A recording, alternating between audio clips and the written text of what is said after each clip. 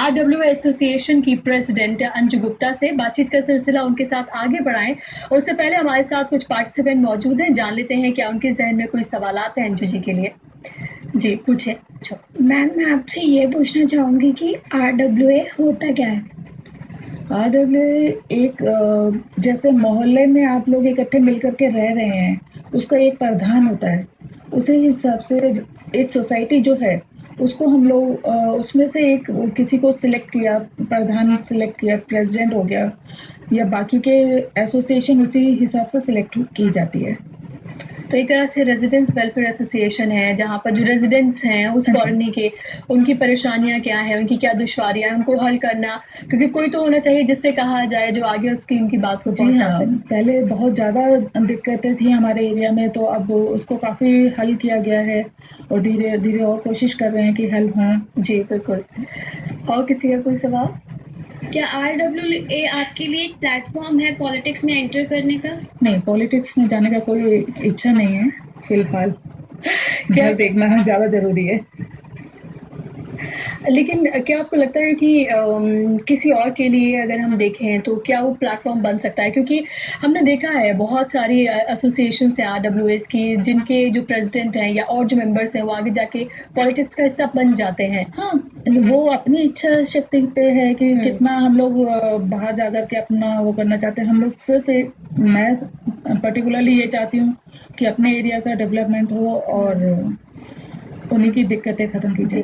क्या कभी ऐसा हुआ किसी मसले पर आपने कुछ डिसाइड किया या आपके साथ जो मेंबर्स हैं उन्होंने कुछ डिसाइड किया और कुछ मर्दों ने आके उस पर ऑब्जेक्शन किया कि अच्छा अब आप औरतें हो के ये सब करेंगी?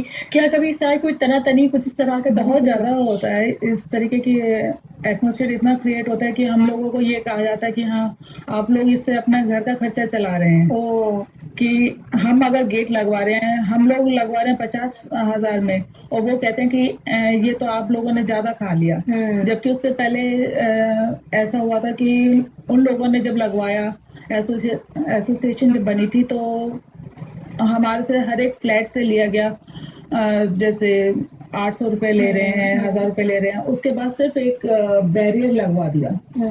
और हम लोगों ने अगर उसी काम को ढंग से करके कि पूरी सिक्योरिटी रहे, हमारे घर के बच्चे आराम से खेल सकें, खेल का मैदान बने बीच में, उस हिसाब से काम किया, तो उन लोगों को काफी दिक्कत हो रही है कि हम लोग कैसे इसमें आराम से काम करें। हाँ, तो इस तरह के जब ऑब्जेक्शंस लगते हैं, इस तरह के जब इल्जामात लगते हैं, तो फिर एक तरह से कभी गुस्सा भी आता ही होगा इन तमाम चीज़ों पर कि हम एक तरफ काम कर रहे हैं, सोसाइटी के लिए बेहतर कर रहे हैं, और वही सोसाइटी के लोग हैं जो हमारे ऊपर गलत इल्जाम लगा रहे हैं। देखिए, वो तो चलता ही रहता है कि अगर हम लोग छोड़ देंगे ये अपनी हिम्मत, तो हमें मालूम है कि ये भी काम होना बंद हो जाएगा। तो इसलिए हम लोग यही है कि सुनते रहो और करते रहो अपने काम।